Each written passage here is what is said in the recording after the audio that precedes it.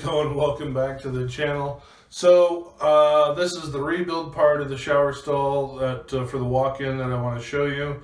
I just want to give you an idea of what I've been doing to get this thing done, ready to go. So without further ado, let's just jump into it and get right on it. Alright, as you can see, I got the plumbing out of it. I had to do some finite cutting here to get it out. And if you look, they ended up cutting the floor joist out of it in order to put the plumbing in it right there. Just to give you an idea of what it looked like. That's what it looked like. So this is where they cut the floor joist out and then did your P-trap, basically is what they did. At least now I know where the squeaking came in from, because it was broke right here, come apart. So we're replacing this with one that I've already pre-built, designed. That'll take the drain straight through the top. Has the same P-trap style. One of the issues that I had with the old drain is because it would come here and loop over, is water would actually sit right here. And so whenever I turned on the water, it would come back up and then go back down as soon as it cleared that trap, or that 90 degree there. So I'm going to break this down, glue it. I'm going to show you what I'm going to be using for glue. That way you kind of have an understanding of what's going to take place here. So first thing that I want to do is I want to take a Sharpie and mark this. And the reason why I'm doing that is so I can line it back up so I have the angle correct without having to, mess with it too much. Now, obviously this is pretty, standard here, but still going to do it. That one I don't have to worry about, so I'll break that down really quick, and that way you can kind of see it. The first things first, there are two different deals here. So this is ABS cement, which goes with that pipe, and this is clear cleaner. To code, you don't necessarily need the cleaner. As long as you have the pipe clean and all the burrs off of it and everything, then you're fine. All you actually need is the ABS cement. Now, keep this in mind, you might have different codes in your area versus what they do, but typically it's in the international plumbing code or whatever it is that says that, but sometimes regional or local areas want this on there. The other thing that you're going to need is this. This is ABS to PVC. This is PVC, this is ABS. This is the only thing that'll work for this right here. I could have bought an ABC drain, but it was 3-inch instead of 2-inch. It was just kind of a pain in the rear end. So that's what you need in order to take care of it.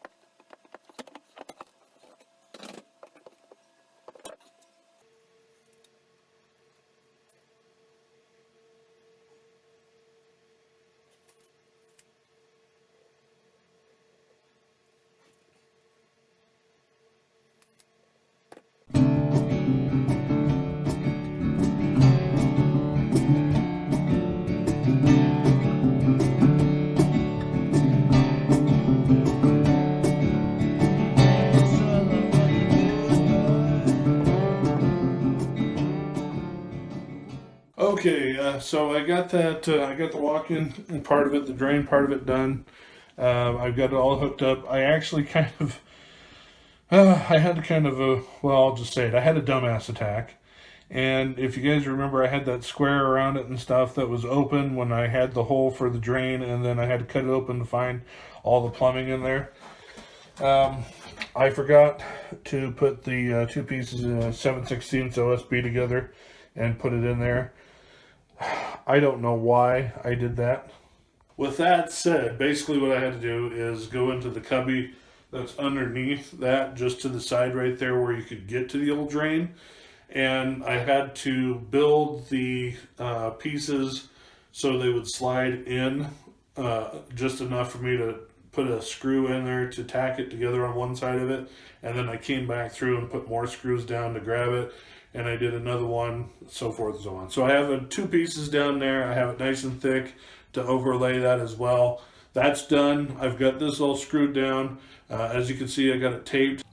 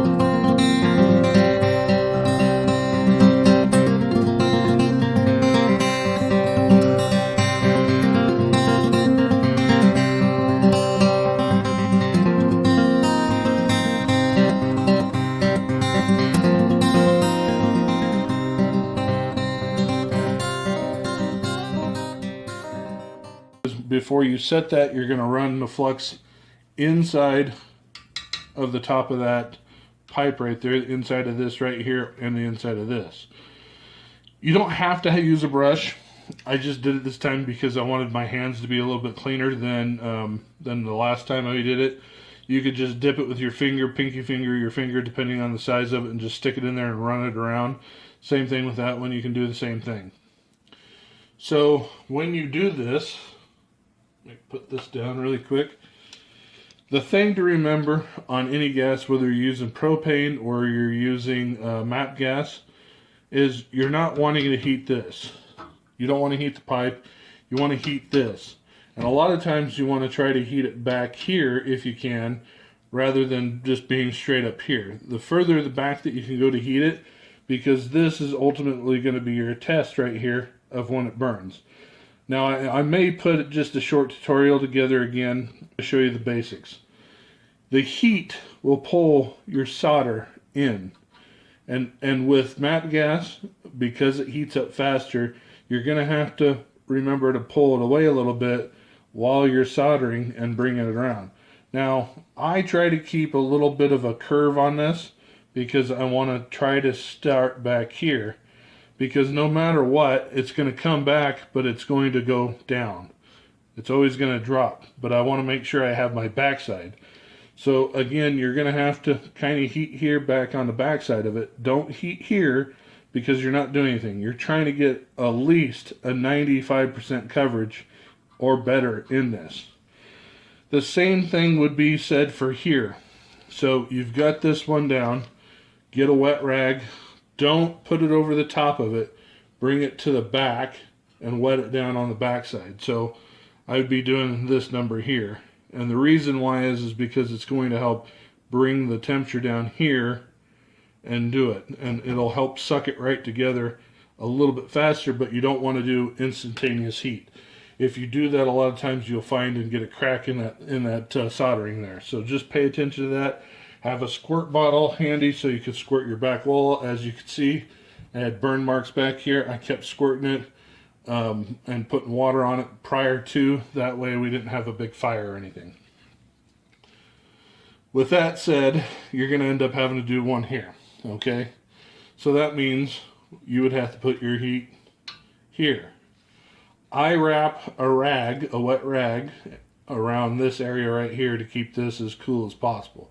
Because once you heat here, it's going to transfer that way. That's just how copper works. That's how metal works. So I have a metal rag here, and I am heating back here and doing the same process of taking it. Now, the thing to remember, because I had this right here with the flux, if you have the moment when the flux runs down, have another rag handy to wipe that flux off. Because the copper is just going to run down this and make it look bad. And this looks bad, and I'm not that happy about the presentation. I'm just happy it had no leaks in it in order to get through the job. But again, if you can be here and on the back side here a little bit, you're going to heat a little bit here, and you're going to want to be on the back side so that way the copper, or excuse me, the soldering goes that direction. Because what you're trying to do is get it to run up, and it's going to run to where the heat is. Once you think you've got it, again, start tampering it with a rag. So that's all I've got for this video. I wanted to focus mainly on that mixing valve and doing copper piping for the plumbing. I know I didn't get too in depth on the drain or the vent for the plumbing.